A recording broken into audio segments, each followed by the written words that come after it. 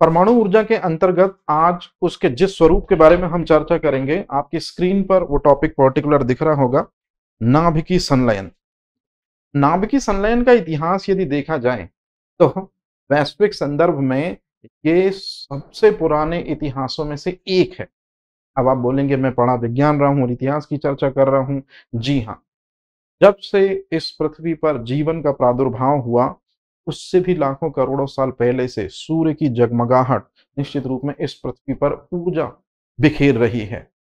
तो जिस ऊर्जा के कारण सूर्य का सर्वाइवल है, या जिस कारण से सौर ऊर्जा है, निश्चित रूप में उसके पीछे यही प्रक्रम उत्तरदायी है। कहने का सीधा सा मतलब है, सौर ऊर्जा में भी नाभिकीय संलयन की प्रक्रिया पाई जाती है। और सौर ऊर्जा का इतिहास या सूरज में जो ऊर्जा है वो आज से तो नहीं है, लाखों करोड़ों साल पहले से है। तो इसीलिए हम इसको पुरातन तकनीकों में भी काउंट करते हैं। और अब जापानी और चीनी रिसर्चर जो हैं वो आर्टिफिशियल सन बनाने की तैयारी में है। मतलब सन के सेंटर में जो जो एलिमेंट पाए जाते हैं, उन एलिमेंट के जरिए दरअसल में हम एक आर्टिफिशियल सूर्य बनाने की प्रक्रिया में अभी निश्चित रूप में उसके कुछ चरणों को पार कर गए हैं। और बस शायद हमको सुनने को मिल जाए कि कुछ समय में दिन में जो सूर्य नेचुरल वाला अपना काम करके जब चला जाएगा, तो रात में हमको जिस सूर्य के दर्शन होंगे वो दरअसल में आर्टिफिशियल सन होगा। तो भविष्य में भी दरअसल में इसी तकनीक की मदद से हम आर्टिफिशियल सन को बनाने की कोशिश कर रहे हैं। कहने का सीधा सा मतलब है कि नाभिकीय संलयन की जो तकनीक है, ये पुरातन तकनीक भी है और भविष्य में इसका उपयोग जो है अब रिसर्चर करने की ओर आगे बढ़ रहे हैं। चलिए तो देखते हैं और समझने की कोशिश करते हैं कि नाभिकीय संलयन अभिक्रिया दरअसल में है क्या, किस व्यक्ति ने सबसे पहले इनके बारे में बताया। तो आप स्क्रीन पर ये चीज तो देख रहे होंगे कि नाभिकीय संलयन अभिक्रिया के खोजकर्ता का नाम है हेंस बेथे, जबकि नाभिकीय विखंडन अभिक्रिया के डिस्कवरर ऑटो हॉर्न स्ट्रॉसमैन है, जो जर्मनी के दो परमाणुविद थे। अब सबसे इंपॉर्टेंट चीज कि नाभिकीय संलयन अभिक्रिया के खोजकर्ता का नाम यदि हेंस बेथे है, तो आप सामने स्क्रीन पे देख पा रहे होंगे कि ये दो ऊर्जाएं जो हैं, जिसमें सबसे पहला है सूर्य और तारों की जो ऊर्जा है, में भी नाभिकीय संलयन जो है उत्तरदायी है। और हाइड्रोजन बम भी जिस सिद्धांत पर बनता है वो भी नाभिकीय संलयन है। अब सवाल पैदा ये होता है, ये दोनों के दोनों प्रोसीजर नाभिकीय संलयन पे बेस है। तो चलिए आइए जरा एक शॉर्ट में रिव्यू लेते हैं, नाभिकीय संलयन दरअसल में है क्या। सबसे पहले आपको इस चित्र में बड़े आराम से ये दिख रहा होगा, क्या दिख रहा होगा आपको, ध्यान से दिखे, ड्यूटीरियम। ड्यूटीरियम हाइड्रोजन का दरअसल में एक समस्थानिक है, जिसका फॉर्मूला होता है 1H2। ट्राइटियम भी दरअसल में हाइड्रोजन का एक समस्थानिक है, जिसका फॉर्मूला होता है 1H3। और ट्राइटियम हाइड्रोजन का एकमात्र रेडियो एक्टिव आइसोटोप है, ऐसा प्रीलिम्स वगैरह में पढ़ते हैं। तो मैं आपको बता रहा हूं कि जो ड्यूटीरियम है और ट्राइटियम है, ये आपस में कंबाइन टुगेदर हीलियम बनाते हैं। और निश्चित रूप में हीलियम जो है ड्यूटीरियम और ट्राइटियम से ज्यादा हैवी होता है।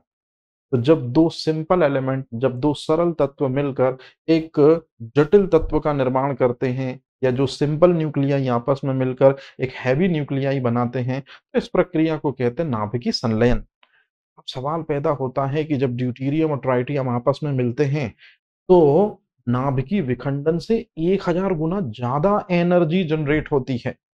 जी हाँ, हमारे दिमाग में शुरू से एक फितूर भर दिया गया है कि जब न्यूट्रॉन यूरेनियम को हिट करता है, मतलब विखंडन के द्वारा सबसे ज्यादा एनर्जी निकलती है। लेकिन आप पाएंगे कि विखंडन में जितनी एनर्जी निकलती है, उससे 1000 गुना ज्यादा एनर्जी नाभिकीय संलयन से निकलती है। इसी वजह से नाभिकीय संलयन अभिक्रिया पर अभी तक नियंत्रण दरअसल में हम नहीं कर पाए। याद रखिएगा, ये बहुत इंपॉर्टेंट चीज है। अब इसके बाद यदि हम आगे बढ़ें, तो सबसे पहले परिभाषा में पॉइंट नंबर 1 में आपको बड़े आराम से इसके दर्शन होंगे कि इस अभिक्रिया में दो हल्के नाभिक परस्पर संयुक्त होते हैं। जैसा कि आप चित्र में भी देख रहे होंगे कि ये दो हल्के नाभिक हैं, ड्यूटीरियम और ट्राइटियम, ये आपस में combine together and form helium.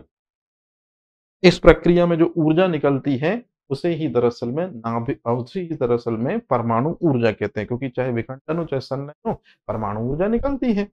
अच्छा, ऊर्जा अपेक्षाकृत अधिक मात्रा में उत्पन्न होती है। मैंने आपको पहले ही बताया कि विखंडन से जितनी ऊर्जा निकलती है उससे 1000 गुना ज्यादा संलयन में ऊर्जा निकलती है। जी हाँ, जो कि जुड़ने में ज्यादा एनर्जी एक्सप्लोशन होती है, ध्यान रखिएगा। और ये बहुत उच्च ताप पर होती हैं। अब मैं थोड़ा सा एक मिथक दूर कर दूं, या एक सिंपल सी चीज मैं बता रहा हूं, उसको ध्यान से समझिएगा। जैसे कि हमारा जो सूर्य होता है, क्योंकि सूर्य की ऊर्जा भी या सूरज में जो एनर्जी है और सिर्फ नाम संलयन के कारण है। आप जरा चीजें देख लीजिए, ये सूर्य है। सूर्य कहाँ पाया जाता है? ब्रह्मांड में। ब्रह्मांड सबसे ज्यादा बादशाहत किस एलिमेंट की? 71% के साथ हाइड्रोजन। और हाइड्रोजन दरअसल में 3 रूपों में पाया जाता है, प्रोटियम, ड्यूटेरियम, ट्राइटियम। याद रखिएगा ये बात, ब्रह्मांड में दरअसल में प्रोटियम, ट्राइटियम का बोलबाला है। सूर्य के सेंटर में होता है क्रोड, और इसी क्रोड में 1H2 और 1H3, तब ड्यूटेरियम और ट्राइटियम आपस में मिलते हैं और बनाते हैं हीलियम। देख लीजिए अच्छे से। और इसी हीलियम के कारण, मतलब हाइड्रोजन के 2 आइसोटोप मिलेंगे तो हीलियम बन जाएगा, हो गया नाभिकीय संलयन। अब जो ये हीलियम है, याद रखिएगा ये आप लोग, ये हीलियम दरअसल में प्लाज्मा अवस्था है। तब हीलियम जो बनता है ये किस अवस्था में होता है? प्लाज्मा अवस्था में होता है। और इसी प्लाज्मा अवस्था हीलियम के कारण सूरज में होती है ऊर्जा। और सूरज में ऊर्जा होने का मतलब है 2 चीज। सबसे पहली चीज है प्रकाश, मतलब लाइट, और दूसरी चीज कहलाती है। अब जो मेरे को सबसे महत्वपूर्ण बात आपको बतानी है, जो यहाँ सबसे यूजफुल जो चीज है वो ये है कि हाइड्रोजन के 2 सिंपल न्यूक्लियाई जो आपस में मिलते हैं, शर्त एक है, टेम्परेचर होना चाहिए 10⁻7 डिग्री सेंटीग्रेड। ये छोटा मोटा तापमान नहीं है भाइयों, बहुत बड़ा तापमान है, उच्चतम तापमान है। और इतना टेम्परेचर, ये बिल्कुल वही टेम्परेचर है जब आप एक एटम बॉम्ब का एक्सप्लोशन करते हैं ना, तो इतना टेम्परेचर। तो ये उच्च ताप पर संपन्न होती है नयन अभिक्रियाएं। जैसे याद करिए, हम आर्टिफिशियल सन बनाने वाले हैं।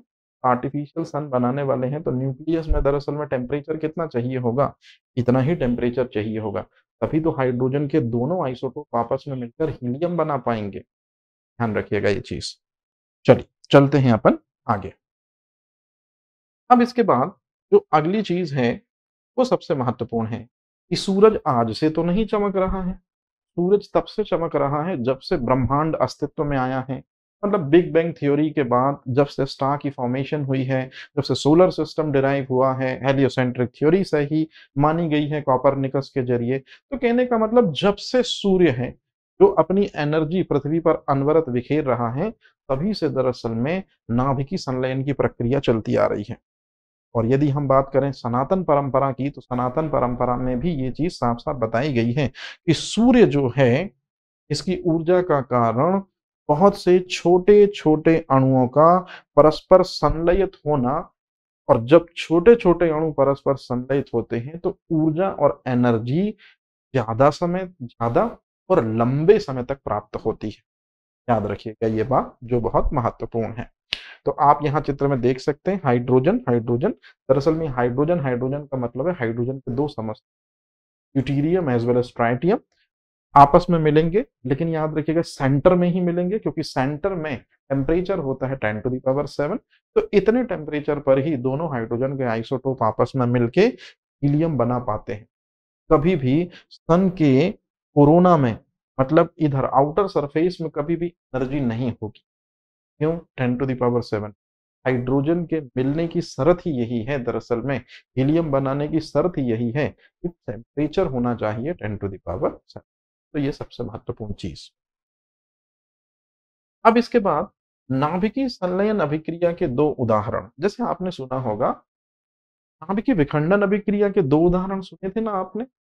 एक उदाहरण निश्चित रूप परमाणु बम की तरफ आपको ले जाता है, जो कि अनियंत्रित नाभिकीय विखंडन पर कार्य करता है। जबकि न्यूक्लियर रिएक्टर के बारे में आपने सुना होगा। नाभिकीय संलयन के अंतर्गत सबसे महत्वपूर्ण चीज जो पूछी जाएगी वो सामने है आपके, कि नाभिकीय संलयन के उदाहरण क्या है। जैसा कि एक चीज मैं बार बार से बोलता आ रहा हूं और ये चीज आप समझ भी गए होंगे कि सूर्य और तारों की जो ऊर्जा है, सूर्य भी दरअसल एक प्रकार का तारा है और गैलेक्सी में उसमें तारे ही तारे होते हैं। तो कोई भी जो तारा है असल मायने में ड्यूटीरियम ट्राइटियम के मिलने से हीलियम जो बनता है और टेम्परेचर होगा 10⁻⁷ तभी दरअसल में फॉर्म पाएगा।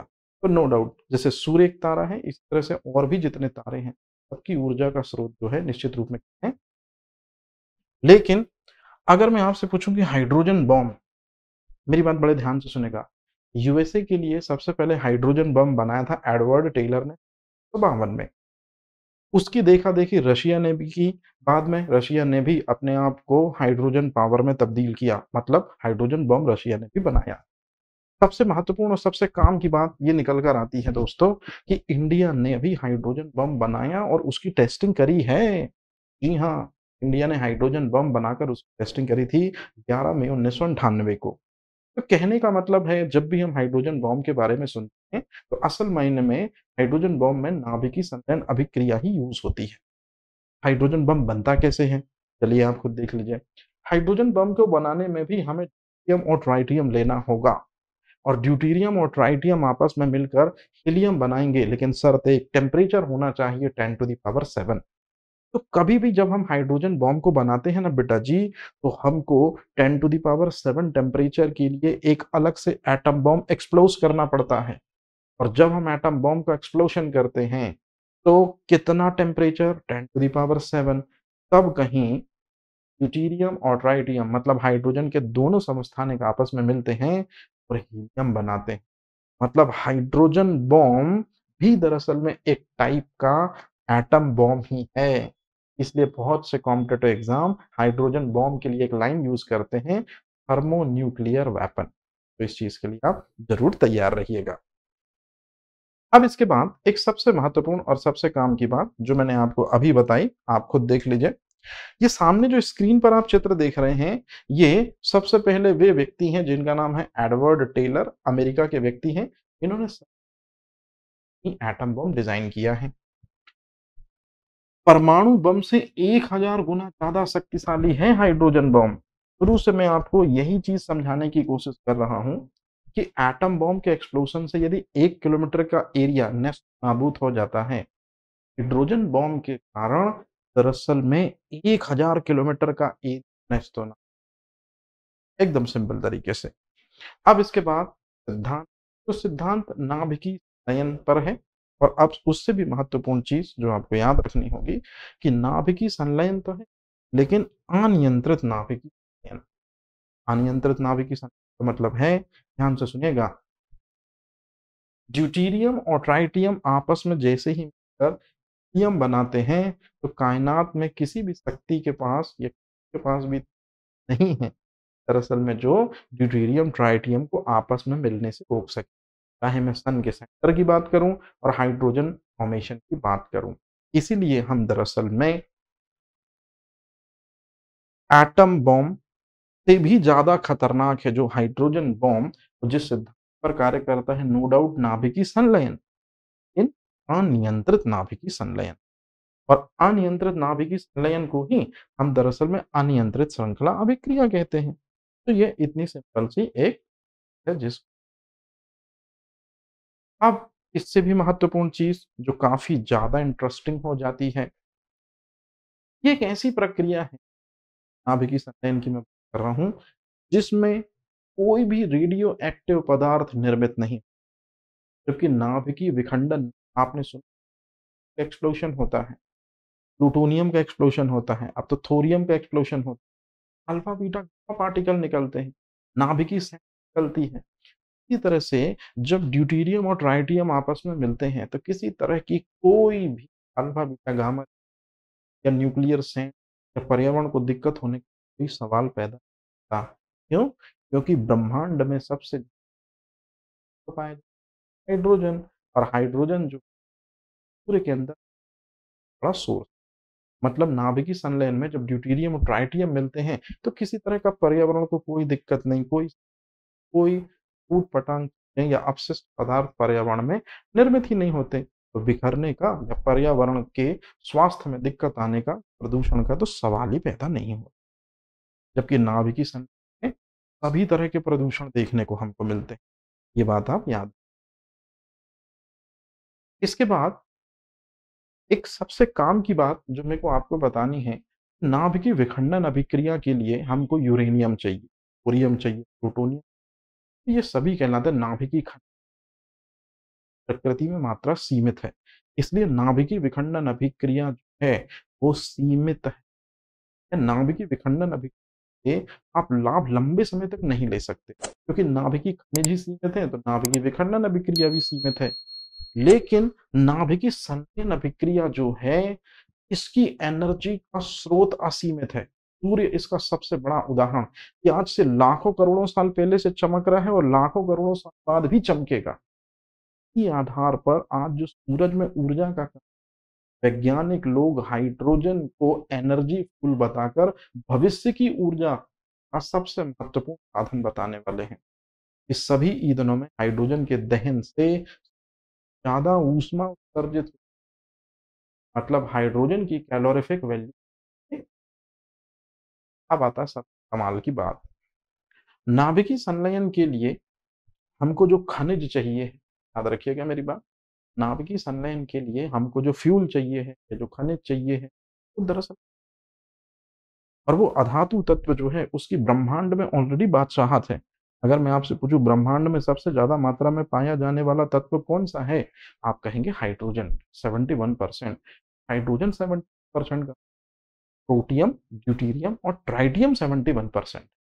और ब्रह्मांड में जहां ये तीनों आइसोटोप हैं, सूर्य भी है, बड़े आसानी से ड्यूटीरियम ट्राइटियम ब्रह्मांड में मिलकर न्यूक्लियस में 10⁻7 टेम्परेचर होता ही है, कीजिए एनर्जी तैयार। मतलब कहने का है, नाभिकीय संलयन अभिक्रिया के लिए जो फ्यूल है प्रकृति में सबसे ज्यादा मौजूद, प्रकृति नहीं, यहाँ ब्रह्मांड मुझे कहना चाहिए।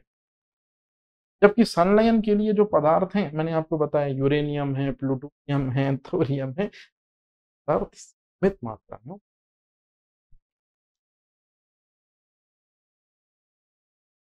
और इस तरह से ये नाभिकीय संलयन और नाभिकीय विखंडन में एक छोटा सा ये समाप्त हो जाता है।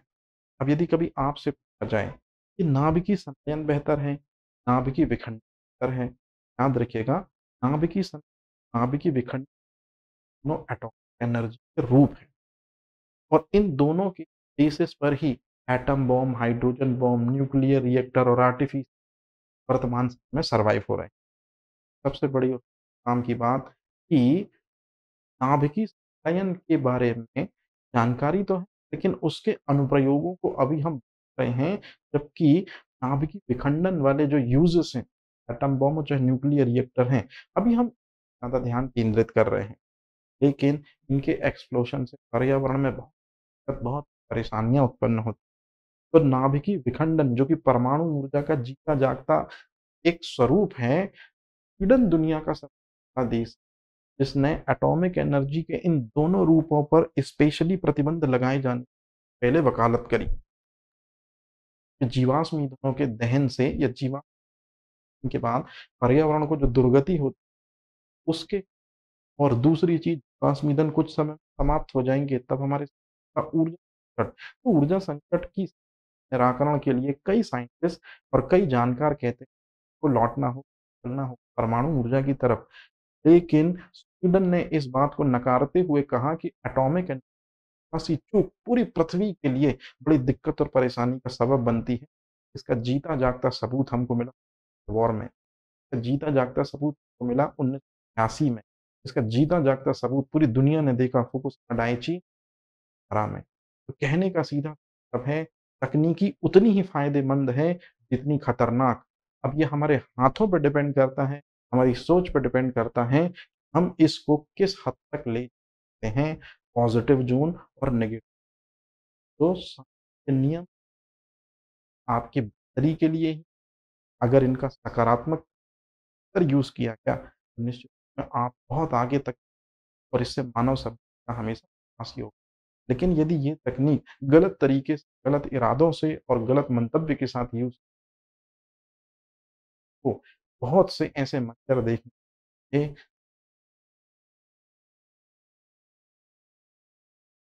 इसीलिए ये जो टॉपिक है एक गहन चिंतनीय टॉपिक है। दुनिया के दूसरे देश जहां इस ओर जा रहे हैं, स्वीडन ने 2010 में ही परमाणु ऊर्जा के दोनों स्वरूपों पर रोक लगा दी है। इसी वजह से ये हमेशा चर्चा में रहने वाला सब्जेक्ट है। और इंडिया में भी इन कहीं पर यदि न्यूक्लियर रिएक्टर प्लांट होता है तो सरकारों और जन सामान्य के लोगों के बीच टकराव की जनरल स्थिति देखने को मिलती है। मतलब कहने या एनर्जी की सही विकल्प है या विकल्प नहीं है, इस पर लेकर साइंटिस्टों के दो ध्रुव हैं। कुछ इसको पॉजिटिव एस्पेक्ट में लेते हैं, कुछ नेगेटिव एस्पेक्ट में लेते हैं। हालांकि हम तक नहीं जाएंगे, सिर्फ और सिर्फ पर्टिकुलर चैप्टर में जो ना था कि नाभिकीय संलयन क्या है, नाभिकीय विखंडन क्या है, सबसे बेहतर तरीके जाना और समझा। लास्ट में फाइनल अपनी बात को सिंपल तरीके से कर रहा हूँ। नाभिकीय विखंडन का मतलब होता है कि जब भारी नाभिक दो हल्के विखंडन के नाभिकीय विखंडन पर न्यूक्लियर रिएक्टर बनता है और साथ एटम बॉम्ब। जबकि नाभिकीय ठीक उल्टा होता है, तो सरल न्यूक्लियर ही बना और उससे भी इम्पोर्टेंट हाइड्रोजन बॉम्ब और सूर्य की ऊर्जा और आर्टिफिशियल सन लाइन पे बेस है। नाभिकीय संलयन के लिए हाइड्रोजन खनिज की आवश्यकता होती है, जबकि यदि बात करें विखंडन के लिए तो हमें चाहिए क्या? तो इस तरह से ये नाभिकीय संलयन और नाभिकीय विखंडन का छोटा सा टॉपिक हुआ समाप्त। मेंस में कभी भी क्वेश्चन आएगा तो मिलेगा 5 मार्कर में आपको, तो 3 मार्कर में मिलेगा। जितनी इन्फॉर्मेशन है, उम्मीद करता हूँ कि सेशन आपके लिए वैल्यूएबल रहा होगा। Thank you.